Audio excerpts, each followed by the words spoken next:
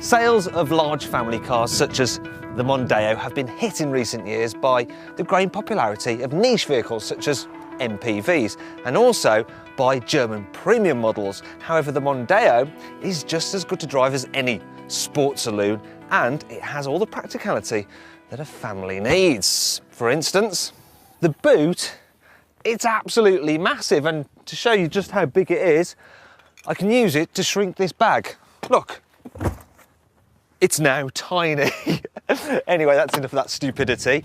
If you need even more room, you can fold down the rear seat backs and they lie almost completely flat. And yes, I do know there's a bit of a lip here, but it's not actually that much of a problem because of the sheer volume you've got to use here.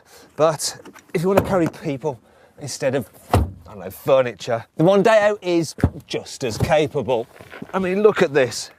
There's so much knee room, I can really stretch out. There's plenty of headroom as well, even when I sit up straight.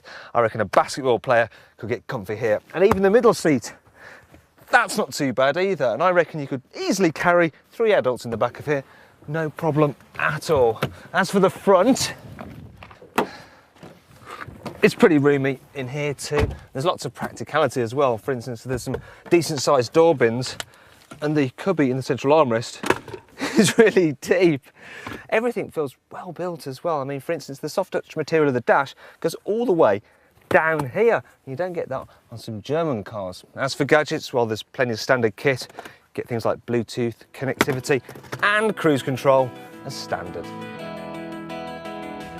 The Mondeo really is a cracking car to drive. Basically, that's because it does it all. I mean, on the motorway, it's quiet, it's refined, and it's very comfortable.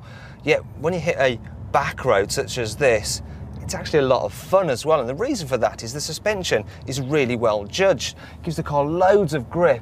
But my favourite bit has to be the steering, because it's just so sharp and gives you the confidence to really throw it at bends. However, not everything about the Mondeo is great. It does have some downsides, and I think one of the main ones is its sheer size. And it means that you don't quite know where the corners of the car are, which makes it difficult when negotiating gaps such as this. Oh God, I hope I don't hit him. Oh. That was close.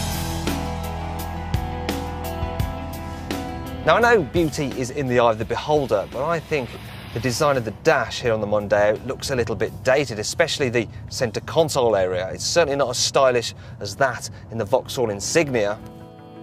And it's certainly not as attractive on the outside. What might also put you off is the fact that the Mondeo is a little bit more expensive than some of its main rivals. And it's not a car that holds its value particularly well either. That said, you can get some great discounts from dealers. And overall, this is a great all-round car that can be all things to all men. And I, for one, will be more than happy to be a Mondeo man.